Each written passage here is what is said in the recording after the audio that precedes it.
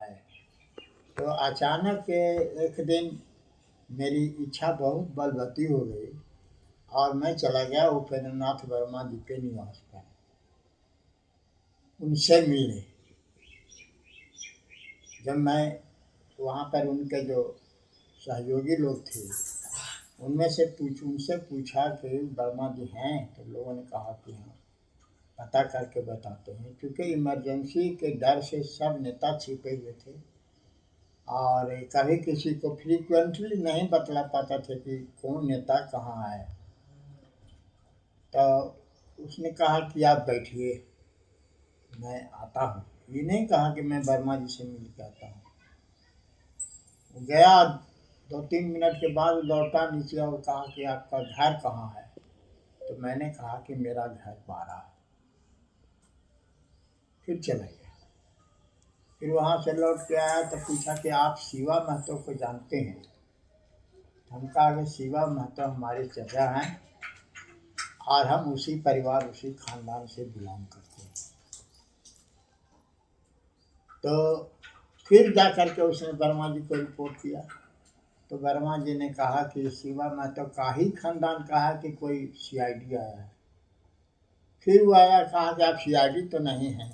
हम कहा कि नहीं भाई, मैं शिवा महतो जी का भतीजा हूँ और गया में वकालत करता था, अब छोड़ दिया है। मतलब डर था कि कोई सीआईडी भी आ हाँ, सकती है। सीआईडी ने अचानक जैसे जो पढ़ा लिखा आदमी था, इंदिरा गांधी के इमरजेंसी की शिकायत तो करता ही था। जी। एक लॉयर होने के चलते या पढ़ा लिखा आदमी होने के चलते जो राजनीतिक और संवैधानिक क्रिया प्रतिक्रिया चल रही थी उसको हम लोग पसंद नहीं करते थे। इंदिरा गांधी जी इमरजेंसी इम्पोज की नेताओं का मुंह बंद करने के लिए, तो उसी क्रम में मैं गया के टाउन में घूम रहा था कोतवाली के पास। एक सादा लिबास में आदमी हमको पूछा कि क्या आप रामचंद्र सिंह हैं। कहा कि जी हाँ, मैं तो हूँ रामचंद्र सिंह। तो गट्टवा मेरा धर लिया, गट्टा धर लिया, कहा कि चलिए कोतवाली, आप सरकार के खिलाफ बहुत बोलते हैं। हम कहा ठीक है चलो। संजोग देखिए कि जब वो हमारे हमारे कलाई धर के ले चला और उसी समय भारत टॉकीज का सिनेमा टूटा। सिनेमा टूटा तो सिनेमा में अक्सर 400-500 आदमी रहते ही थे। एक भीड़ लग गई। तो मैंने थोड़ा नाप तौल किया कि इसको से झटका देख के हम भाग सकते हैं कि नहीं। तो हमको लगा कि हमसे ही वीकर है, कमज़ोर है, हम इसको धक्का उक्का दे के निकालेंगे। और हमको इसी का लाभ मिला, वो धक्का दे करके उस भीड़ का लाभ उठा करके मैं भाग गया। जेल जाने से बचे। जेल जाने से बच गए। इसके बाद 2 दिन के बाद वर्मा जी से मिलने गया।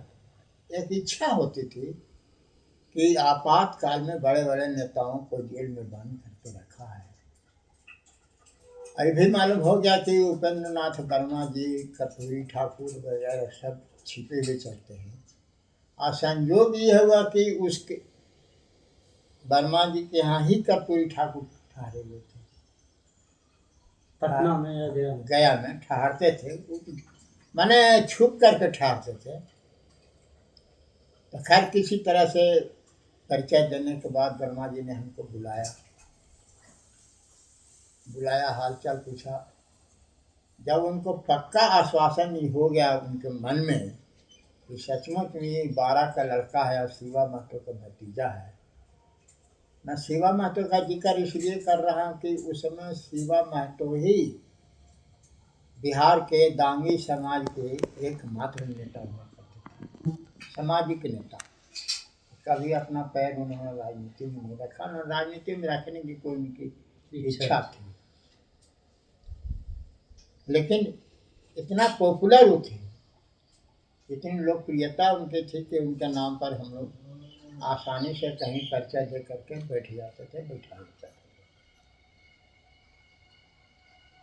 अब वहाँ जब हम गए, वर्मा जी से पूरी परिचय हो गए, वो आश्वस्त हो गए कि ये बारा का ही लड़का है। तो उन्होंने कहा कि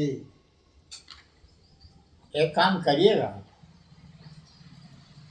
शायद वो हमको टेस्ट कर रहे थे कि राजनीति में टिक पाएगा कि नहीं। तो कहा कि प्रखंड पर काला झंडा 14 तारीख की रात में फहरा सकते हैं कि नहीं। गुरुआ ब्लॉक। हाँ, गुरुआ ब्लॉक। तो आगे से ये सब काम तो मैंने किया नहीं है। कहा नहीं मर जाते हैं। तो इसी सब हाँ, इतना जवान आदमी है, सरकार बिल्कुल जो है से पूरे देश की जनता को मार रही है। इसके विरोध में आप काला हाँ, झंडा इसका विरोध आप लोग नहीं करेगा तो कौन करेगा। तो मैं हिम्मत करके ये काम शुरू करने के मन में ठान लिया कि हम झंडा फहरा। मतलब गुस्साए तब आपको लगा कि नहीं हाँ। करना चाहिए। हाँ, तो वहीं से मेरी राजनीति शुरू हुई। काम हम संपन्न कर दिया जी और सबसे उपेंद्र नाथ वर्मा जी ने हमको अपने निकट देखना, हम अपने निकट रखना, उनको अच्छा लगा, हमको रखने लगे। संबंध भी प्रगाढ़ होते हैं। हाँ, संबंध गाढ़ा होते गए।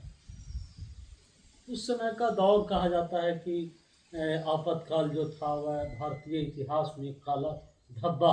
हाँ, राजनीतिक इतिहास का तो काला धब्बा है ये। और सेंसरशिप लगा दिया गया था। बिल्कुल सेंसर था, नोबडी कैन स्पीक एनीथिंग। कोई आदमी कुछ बोल नहीं सकता था सरकार के खिलाफ। और अफसर इतना, जो इमरजेंसी के सपोर्टर्स थे, इतने बेलगाम हो गए थे कि किसी को भी कभी भी किसी इल्जाम में उनको जेल में डाल देते। सिमिलरली ऐसे गुरुआ बाजार में मैं टहल रहा था। मैंने शुरुआती दौर में बता रहा हूँ how I came in politics. जी तो एक ठो स्वास्थ्य संघ के नेता थे गुरुआ में, दुर्गावन। गुरुआ के ही थे। नहीं, गुरुआ के नहीं थे, माड़नपुर के थे, परैया के। जी तो बाजार में चर्चा हो रही थी कि जेपी मर गए, जेपी मर गए, जेपी मर गए। तो इससे पूरे देश की राजनीति में उबाल आ गया। लेकिन इमरजेंसी के चलते कोई डेयर नहीं करता था, कोई साहस नहीं करता था कि कुछ बोले। तो बाजार से हम आ रहे थे, गुरुआ बाजार का शेप आज का हम समझते हैं कि जो गुरुआ था उसका आज का गुरुआ है, उस समय गुरुआ का मात्र 10% हो, अधिक का गुरुआ है। गुरुआ बस स्टैंड देख रहे हैं ना, जी उससे आगे एक बोलते थे कुआं पर मैंने उत्तर तरफ। जी तो कुआं पर से लेकर के और एगो पान दुकान थी, एकमात्र सिंगल पान की दुकान थी पूरे बाजार में। तो उतना ही दूर दुकान थी। तो उसी में चर्चा हो रही थी। वो वर्मा जी से जब आपका राजनीतिक संबंध बना, प्रगाढ़ बना, उसका राजनीतिक लाभ आपको मिला कहीं पे? वर्मा जी जैसे प्रारंभिक काल में, जी द्वापर काल में जैसे कर्ण को शिक्षा तो दिया परशुराम ने, लेकिन जब मालूम हो गया कि कर्ण जो है से क्षत्रिय नहीं, ब्राह्मण है, ब्राह्मण नहीं क्षत्रिय है, तो उन्होंने अपनी विद्या वापस करा लिया। आशीर्वाद अच्छे श्राप के करके। वर्मा जी ने ऐसा नहीं। वर्मा जी ने हमको पूरी तन्मयता के साथ राजनीति सिखाई और हमारा उपयोग किया। ऐसा हुआ कि इमरजेंसी टूटने के बाद लोगों में अपार खुशी थी। और उस समय नई जनता पार्टी बनी थी। जनता पार्टी को बने हुए मुश्किल से 1 आध महीना हुआ था। तत्कालीन राज्य अध्यक्ष थे Babu Mundrika Singh. He was also socialist. Jahanabad वाले। न जहानाबाद के नहीं थे, टेकारी के थे, अरे भाई गाँव है। जी। उनसे किसी ने कह दिया कि यहाँ एक लड़का है तो बहुत बोलता है, बस ये मुनरिका बाबू ने इच्छा जाहिर की उस लड़का से मिला सकते हो। किसी ने कहा दिया हाँ हाँ बजरिए में तो देखे हैं। तो उसी समय मैं बैठा हुआ था, रामफल बाबू हुआ करते थे, उनके भाई रामनिवास बाबू थे, आज उनका बेटा विजय बाबू है। तो वहीं पर बैठे थे, हमको बोला, बैठने के बाद रामफल बाबू ने कहा कि रामचंद्र बाबू को कुछ सेवा करो। तो मैं मिठाई आई खाओ तो करते हैं बैठे हुए थे। तो लड़का गया से कहा कि आपको मुनरिका बाबू खोज रहे हैं। मैं गया नाम पाते हुए, तो सोशलिस्ट पार्टी के ऑफिस में मैं जब राजनीति में नहीं था तब भी जाया करता था, विद्यार्थी काल में परिचित थे। जी। तो उन्होंने कहा कि अरे बहुत अच्छा पट्टा को खोज के लाया है। 10 मिनट के बाद जब मुनरिका बाबू का भाषण हो गया तब उन्होंने कहा कि इनको रामचंद्र बाबू से जरा बुलाओ, हो सकता है सुनना चाहते हो कि इसके पास कोई राजनीतिक ज्ञान है कि नहीं है। तो हमको डैश पर बुलाया गया बोलने के लिए। बोलने के लिए। तो डैश पर जब बोलने लगे तो पूरी इमरजेंसी और पूरा सोशलिज्म के विषय में जितना उसमें इन शॉर्ट जितना हो सका था हम बोले। तब उन्होंने कहा कि अरे इतना अच्छा जवान गुरुआ में है, हाँ इसकी कोई उपयोगिता नहीं है। तो कहा कि तुम हमारे साथ आ जाओ। हम भी सर अभी तो हम नौकरी छोड़ के आए, नौकरी से फिर कोर्ट में गए, कोर्ट से छोड़ के इधर आए, सोचेंगे। नौकरी कितने वर्षों तक की? करीब 5 वर्ष। कहाँ? बोकारो में। हम्म। उसके बाद वकालत शुरू की। वकालत ज़्यादा दिन नहीं किए, मुश्किल से 8-9 महीना। उसके बाद वकालत भी छोड़ दी। वकालत छोड़ दिया, इमरजेंसी लग गई, बोलने की आदत थी ही, सीआईडी वाले पड़ गए तो फिर बोलते ज़्यादा थे। बोलते थे। आज भी आप कहीं पूछिएगा यहाँ से डुमरिया तक मगरा में बाराचट्टी मोहनपुर गया जिला फतेहपुर टिकारी कहीं भी जाइएगा तो रामचंद्र सिंह कैसा ऑरेटर है, कैसा वक्ता है, ये सब बता देगा।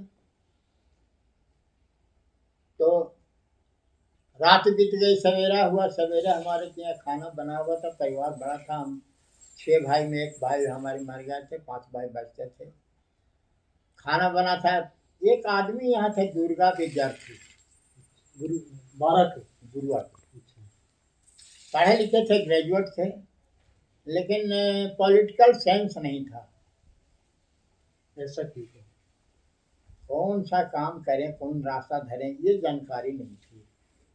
अनुभव की भी कमी कर सकते। अनुभव की कमी तो नहीं थी। गुरुआ में एक रोजी मियाँ एकदम भाटा फकीर था, उसे छप्पर पर फूस नहीं थी, but he was leader of Gurua constituency. वो कभी अपने घर में खाना नहीं खाता था, कोई था ही नहीं, गरीब था, लेकिन लीडर थे। वो लीडर था। तो वो बरगला रखे थे कांग्रेस के लिए, कांग्रेसी बन के वो एक दिन हमारी कैंप सुबह जिस दिन हम भाषण दिया उसी मॉर्निंग में खाना वाना खाने की बेरी थी कि 13 आदमी से आ गए। तो आ गए तब कहें कि चलिए रामचंद्र बाबू मेरे साथ। वो गाय बछड़ा छाप था उसमें कांग्रेस का, कहें कि से चलिए, कांग्रेस को हराना है, इसे करना, जिताना है, कांग्रेस ऐसे करती है, ऐसे करते, कितना बढ़िया काम किया। तो और आप समाजवादी की तरफ? समाजवादी कैंप पे हमारे साथ सोचे है बाई बर्थ, जी। इसलिए फिर भी हम चले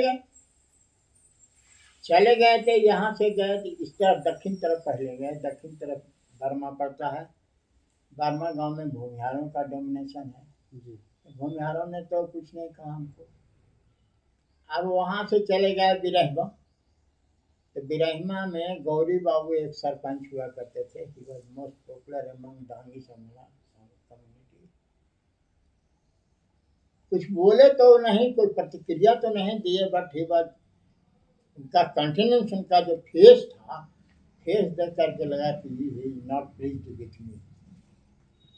फिर भी ना वो कुछ बोले ना हम कुछ बोले।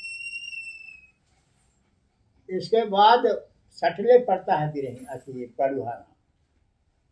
पड़ुहारा गांव में जब गए तो उस समय के बैकग्राउंड बताते हैं कि उपेंद्र नाथ वर्मा, परशुराम सिंह, ईश्वर दास, भागवती देवी, ये सारे सोशलिस्ट लीडर्स आते थे और भाषण होता था। अगर 5,000 पब्लिक है तो 5,000 में से 3,000 सिर्फ और सिर्फ डांगी होता था, 2,000 अदर से होते थे। तो वहाँ जाते के साथ सब लोगों के दरवाजे पर नाश्ता कराया गया।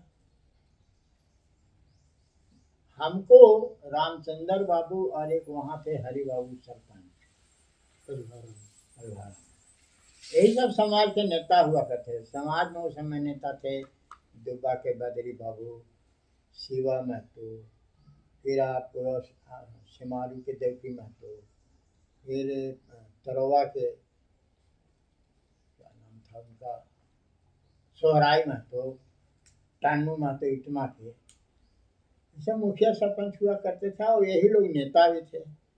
एगो गौरी शंकर थे राजन के, दो हिबत कुशवाहा, लेकिन कभी भी उन्होंने कुशवाहा दांगी नहीं किया। सब मिलजुल करके नेतृत्व करते थे। पदभारा में फिर क्या हुआ जब? हाँ, पलभारा में कहें कि रामचंद्र बाबू आपको नाश्ता अंदर करा लेंगे। तो ऐसा लगा कि साहब को भाई का नाश्ता कराए, हमको कार्य के अंदर चलिए। अंदर जब गए तो उन्होंने कहा कि रामचंद्र बाबू एक क्वेश्चन हम लोग को पूछना था आपसे, रात भर भी एक पार्टी में नहीं रह सकते आप? जो इसके एक दिन पहले जो गुरुआ बाजार में भाषण दिया जनता पार्टी की तरफ से, और नेक्स्ट मॉर्निंग हम चले आए कांग्रेस के वर्क में। उन्होंने कहा कि आप एक पार्टी में 24 घंटा भी नहीं बिता सकते हैं, समाज कैसे विश्वास करेगा आप पर? ये सब तो लूचा लवाड़ है। दुर्गा विद्यार्थी को समाज में कोई पूछ पाछ नहीं था। सब लोग समझता था कि रोजी मियाँ के ही पेटेंट आ गए, हालांकि वही उनको उजाड़ भी दिया। खैर एनीवे, हम कहा कि अब तो सर गलती हो गई, अब क्या करें, लेकिन क्या काम करिए, हम लोग आपको नदी किनारे से छोड़ देते हैं और वहाँ से आप नदी किनारे किनारे किनारे किनारे ढिबरा पहुँच जाइएगा, और ढिबरा से तो देख ले होगा अपन गाँव। हम वहाँ से भाग गए, कांग्रेस कैंप छोड़ दिए। रातों भर रात में कब, मैंने 8 बजे 10 बजे गए और वहाँ इतना झिड़किया और डांट पड़ी। पब्लिक का डांट तो सिरोधार भी होना पड़ा, तो हम चले आए। इसके next day Upendra Nath Verma himself, एक मीटिंग उनका अरेंज हुआ था, उसमें वो आए थे। हम अभी तो दबाव था दांगियों का, स्पेशली दांगियों का। आप जाइए वर्मा जी, आप बूढ़ा हो रहे हैं, तो उसके बाद हम लोग को नेता चाहिए ना, सब मंच पर जाइए। मंच पर ले जा करके लोग, समाज के लोगों ने, उस समय जो लीडर्स थे समाज के, उसमें मोस्टली मुखिया थे, आइदर मुखिया और सरपंच, दो पद पर दांगियों का बोलवाला ज़्यादा था। तो वर्मा जी को हाथ पकड़ा के लोगों ने कहा कि रामचंद्र बाबू को हम लोग गुरुआ के समाज के लोग आपको जमा कर रहे हैं एज ए लीडर। हाँ, आज ये लीडर नहीं, उन्होंने कहा कि आपको जिमा कर रहे हैं, अब जो चाहिए बना दीजिए। हाँ, भावना यही थी, बट इस तरह का एक्सप्रेशन वो नहीं थे वो लोग। कहीं जिसे रामचंद्र बाबू के राखिए, अभी नौकरी छोड़िए, जो थी वकालत तो करवे नहीं करती, टकाव करती थी। तो वर्मा जी के साथ उस समय आने जाने का कोई साधन नहीं था। गुरुआ से गया या गया से गुरुआ कोई जाना चाहे शाम को, तो क्वाइट इम्पॉसिबल बात थी। गाड़ियों की संख्या इतनी नहीं थी, साइकिल भी गांव पीछे 5 से ज्यादा नहीं था। बस तो बात। हाँ हाँ तब का तो कैसे आना जाना कैसे होता? पैदल। गुरुआ से गया पैदल। हाँ गुरुआ से गया इधर पैदल या वो नगमतिया बस चलती थी रेल मोटर, उससे लोग जाता था। वो इसको उसका इंजन जो था ना कोयला पर चार्ज होता था। भाप भाप इंजन, हाँ तो लोग को नेता लोग को आने का ठहरने का तो जगह सिवा दांगियों के गांव का या कोई चमार या कोई भुइयाँ उस समय चाहता था, लेकिन उसके पास साधन नहीं था, तो नेताओं को ले जाना रात और ठहराना तो सब तो झोपड़ी रहती थी।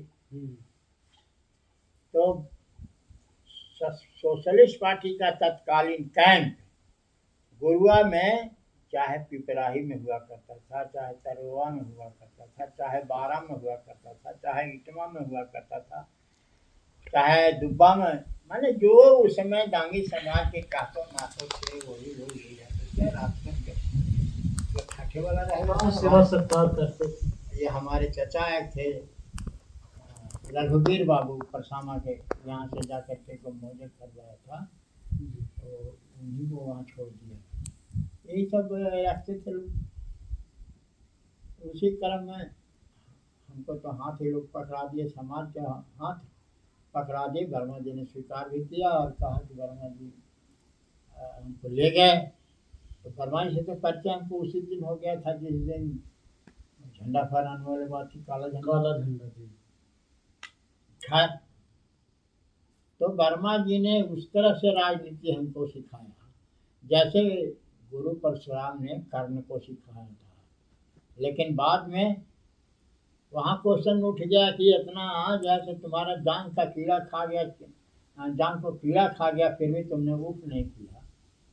और यहाँ फिर ये हो गया कि इनके जब बाल बच्चे बड़े हुए तो वर्मा जी पर दबाव पड़ने लगा कि रामचंद्र सिंह को छोड़ो। परिवार का जो वर्मा जी रहते थे, जो उनका मकान था उसके पीछे एक कमरा था जनकपुर, उसी में हम रहते थे। सेल्फ कुकिंग करते या अपने कोई लड़कों से करवाते थे। रात को उठे हम पेशाब करने के लिए। उस समय वर्मा जी केंद्रीय मंत्री थे, स्टेट मिनिस्टर थे।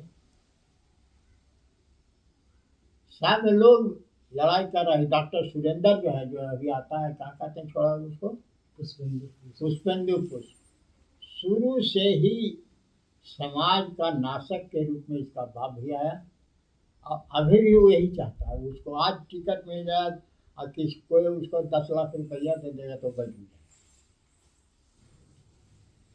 माने इनके पिताजी कैसा स्वभाव? बहुत गंदा स्वभाव का आदमी था। देखिए हम तो राजनीति करते हैं या समाज में कहीं भी झूठ सच हमको बोले नहीं आता है। उसको केवल इतना था कि राइजिंग लीडर है दांगियों का रामचंद्र सिंह, इसको कैसे बर्बाद करो। और उसी में लगा 4300 वोट उसको मिला। कहाँ से? है गुरुआ से लड़ गए चुनाव ना। कब? 95 में? 2001 में लड़ा होगा। मैंने हमारा 95 वाला टेन्यूअर खत्म होता वो लड़ गए। जगदेव बाबू से आपका कैसा संबंध था? कभी मिले थे उनसे? जगदेव बाबू से सेवरल टाइम्स मिले थे। आज के युवा लोग को थोड़ा सा बताइए कि जगदेव बाबू देखिए, जगदेव बाबू, सुखदेव वर्मा और उपेंद्र वर्मा, नवादा के भत्तू सिंह, भत्तू महतो और एक और थे नवादा में, इन सबों के टच में हम रहते थे।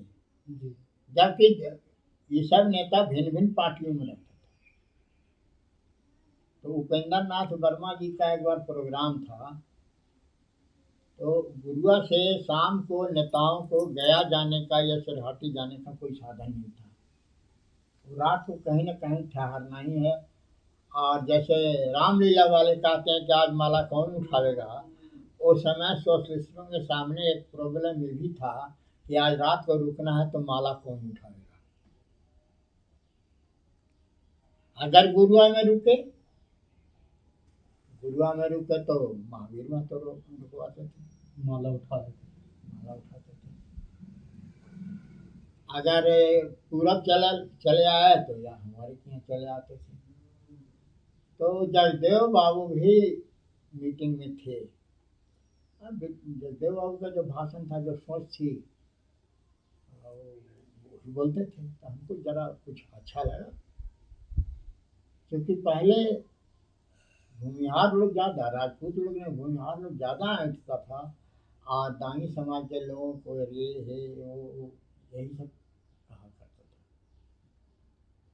तो वर्मा जी को अति जगदेव बाबू का हाथ हम पकड़ लिया, तो उनको लगा कि इतना छोटा लड़का हाथ पकड़ लिया।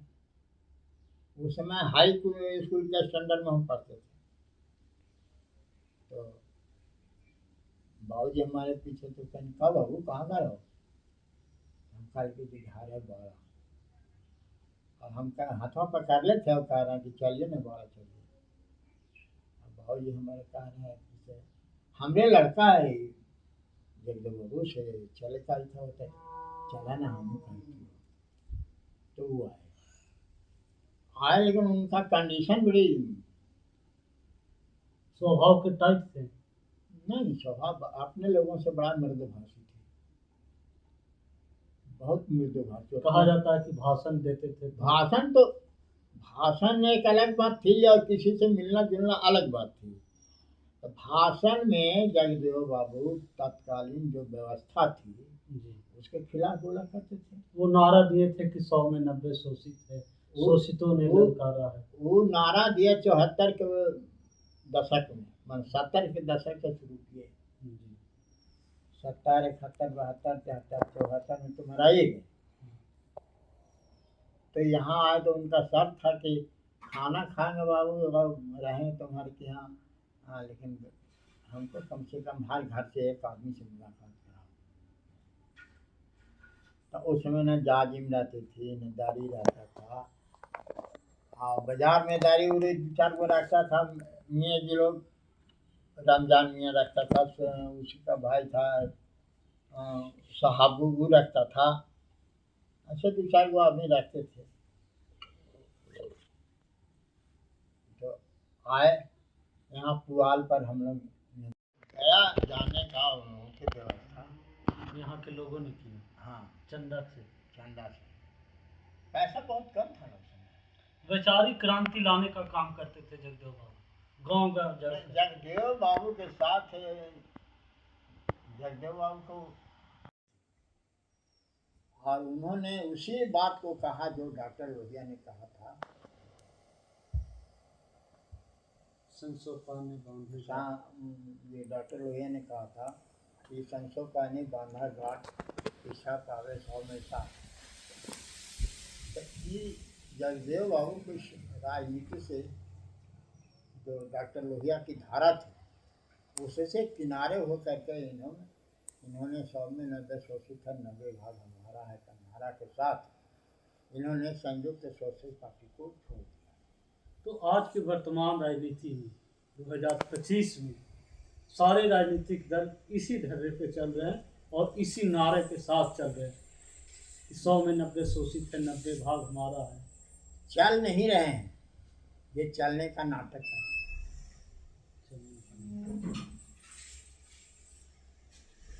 चल नहीं रहे हैं, चलने का नाटक है। अगर ये नाटक नहीं किए होते तो नेता का बेटा ही नेता होगा, नेता का बेटा ही जो है कि चुनाव लड़ेगा, नेता का पुतोह, नेता की पत्नी चुनाव लड़ेगी। ये सब तो 1980 के बाद से जो आया, ये राजनीतिक बीमारी आई, और ये बीमारी इतना प्रबल और प्रखर रूप से ऊपर उठी कि आज बहुत तेज़ी से आगे बढ़ रहा है। और जो समाज के ज़मीनी वर्कर्स हैं, अगर उनके बाप या उनके परिवार का कोई आदमी सीनियर लीडर नहीं रहा है तो उसको अवॉइड किया जाता है, जिसका शिकार मैं। 1995 में आपने चुनाव लड़ा गुरुआ विधानसभा से, जीत हासिल की। कैसा चुनाव था, कैसा अनुभव रहा? चुनाव तो बहुत टफ था।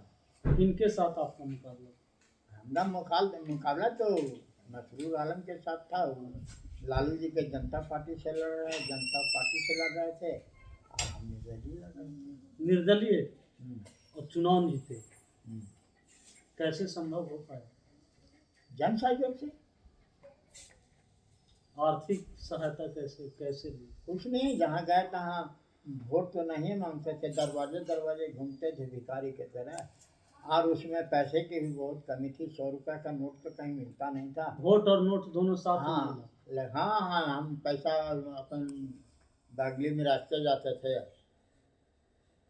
वोटर जो वोट देने वाला था उसके दरवाजे पर गए, नमस्कार किया, प्रणाम किया, सिंपल एक आग्रह किया कि हमको भी वोट दीजिए। आशीर्वाद में हर घर से 10, 20, 50, 100 जो उसको बनता पैसा देता था और उसी से लड़ते थे। कोई पार्टी से आपने टिकट नहीं मांगा था कि मिलना मांगा है? था किस पार्टी से? लालू यादव से टिकट नहीं दी? टिकट दिए थे, जी। लेकिन हमारे राजनीतिक विरोधी दूर आदमी था, एगो कोडरमा का था मुमताज अंसारी, और एक ठो राजेश कुमार राजेश कुमार बोध गया। बोध गया। तो इन्होंने क्या किया? इन दोनों ने किया था, टिकट हमको मिल गया, हम नॉमिनेशन कर दिए, और नॉमिनेशन करने के बाद सिंबल पहले नहीं मिलता था, पहले ऑर्डर हो जाता था कि जाकर नॉमिनेशन करिए, जी। बाद में सिंबल आता था। तो दूसरा दिन फिर अखबार में देखें कि टिकट अलॉट हो गया मसरूर आलम को। हमारा नॉमिनेशन फाइल करने के बाद तो अब हम सोचे कि अब क्या करें। तो हमारा एक मित्र था हरेंद्र शर्मा, गुरुआ से? सरकारी पदाधिकारी था, अच्छा। आज भी उसको हो सकता है। He was my returning officer. और तत्कालीन डीएम जो थी ना राजबाला वर्मा, वो बहुत हमको चाहती थी। नॉमिनेशन वगैरह सब हो गया, सारे पदाधिकारी लोग आए हुए थे, कैंडिडेट्स आए हुए थे, हर कंस्टिट्यूंसी का कैंडिडेट, दलीय था या निर्दलीय था, लेकिन तो एक अफसर ने, मोस्ट पावरफुल अफसर ने कहा कि कहा लालू जी भी पगला गए हैं, टिकट देना था रामचंद्र सिंह को, वो दे दिया जैसे नरसिंह साहब, उसका नतिया ऐसा था। मसरूर आलम। हाँ, ऑफिसर जो है सब टेकअप कर लिया कि का इशारा का है। अफसरों ने भी हमको खूब मदद की, पैसा भी दिया, और हम चुनाव लड़े। गुरुआ से लेकर के गया जिला के सारे पदाधिकारी हमारे फेवर में थे। फेवर से इतना ही फायदा हुआ कि हमारा बूथ गुंडा बदमाश लूट नहीं सका। उस समय खूब चलता था। खूब, अरे राम, क्योंकि एकदम दिन है, बीएसएफ हो या सीआरपीओ बूथ पर कोई दिक्कत नहीं है। नहीं, कांग्रेस का गुंडा जितना भी आता ना, तो धड़क ले 10 गो राइफल लेकर के चढ़ गया बूथ पर, और सब छापा मार दे अपना और चला गया। तो आपके बूथ पर ये काम नहीं है? नहीं नहीं, हमारे बूथ पर ही तो ये सब काम करता था इन फेवर ऑफ कांग्रेस। अच्छा। तब ने कपिल शाह जहाँ खाना ले जीत जाता था।